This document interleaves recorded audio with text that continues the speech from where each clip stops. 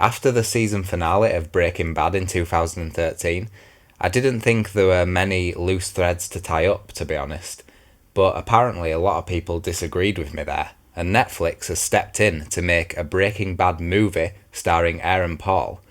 Will this movie live up to the incredibly high quality of the previous series? Let's take a look.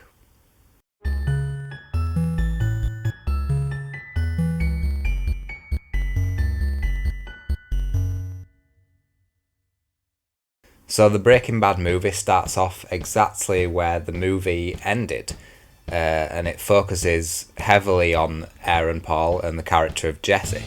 You might think that after Jesse being freed from imprisonment at the end of Breaking Bad, that he would be fine now, but the movie actually gets tense right off the bat, really. And as usual, the expertly crafted cinematography of this team portrays the tone really well. As Jesse recovers from his trauma in the first part of the movie, you'll notice that most of the characters are evenly lit, whereas Jesse's face is hidden in shadow no matter what position he sort of turns round in.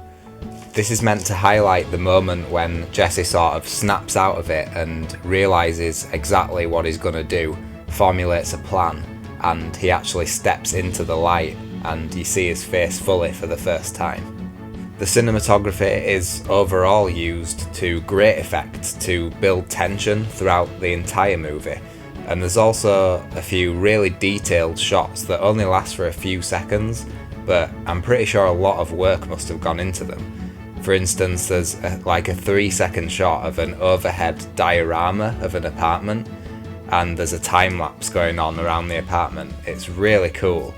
To be honest, I wish it had have lasted slightly longer, but it comes in one of those classic Breaking Bad montage moments where there's a cool piece of music playing and it's just showing this period of time passing. I think the team has once again utilised this quite unique setting of New Mexico really well. There's a few scenes in the desert again with just epic wide shots of the scenery that just make you feel Jesse's isolation. And most of the movie has a yellow colorization over it, which I think is meant to make you feel very alienated and put you in the shoes of Jesse, make you feel like you really want to get out of this place. You might think, what other Breaking Bad characters have we even got to put in this movie? There are a few still living characters that do make an appearance, but then there are also flashback sequences focusing on the time Jesse was imprisoned.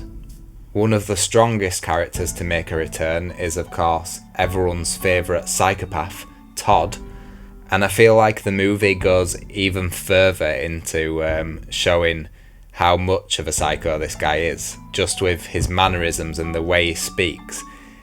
He's so nonchalant about pretty disturbing things sometimes. And we also get a bit of a deeper look into his day-to-day life, which is very interesting for the character. Robert Forster, who sadly just passed away, puts in an incredible performance and is integral to the plot of the movie. I also think his character has a lot of depth, but that leaving that unexplored is a really good move. You're kind of intrigued about his past, but that's something that doesn't really need to be explored, because it all comes out in the performance and the setting. I suppose it's another Breaking Bad trope, really, that this character leads a double life and has become so adept at putting on that front, putting up a wall, and basically hiding that fact from the world by doing other things. So once again, it was nice to focus on that character a bit more and see the interaction between him and Jesse, who obviously have had past connections. I suppose the main driving force of the story is the idea that Jesse is trying to run away from this previous life and just be rid of all this shit for good. But that doesn't mean that along the way he doesn't have to get his hands dirty.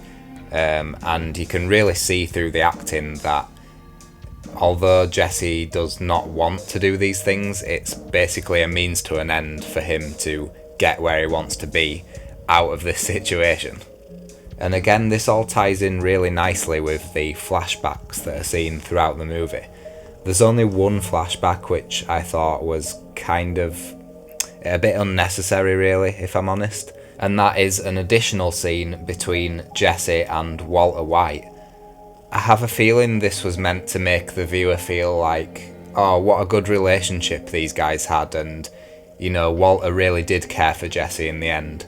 But the way that Walter acts is kind of similar to how he was acting towards the end of Breaking Bad, where he was more of a bad guy, and it just kind of came across as what a knobhead, basically.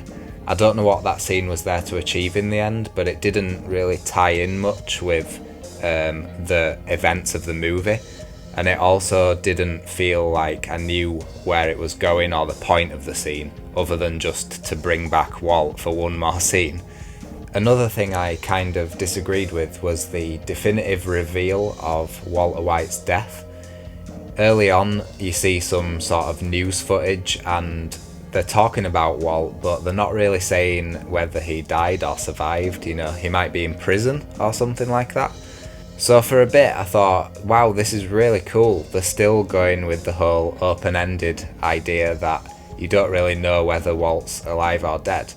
But then at some point they do say that, in fact, Walter White died at the scene. And that's quite disappointing to me, really, because I think that might be pandering a bit to these people who have to have these loose ends tied up and all this sort of stuff. I thought it was far more intriguing to sort of imagine where Walter might be, whether that be in prison or whether he might just have managed to somehow escape and died in the desert somewhere, just crawling along, bleeding out, and he eventually expires. I've seen a few people complaining that the movie is too slow and that they could have better utilised the time to tie up more characters' loose ends, but I really don't see which characters they're talking about there. I mean, who could we have possibly tied up? We have Saul, who has his own separate series now anyway, and then most of the other characters are dead.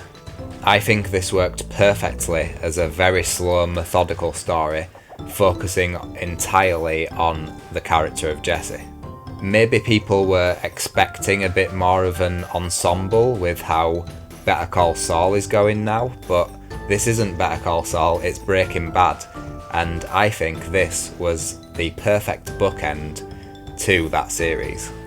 I've been Jake of theretroperspective.com. Thanks very much for watching, hope you enjoyed, and I'll see you next time.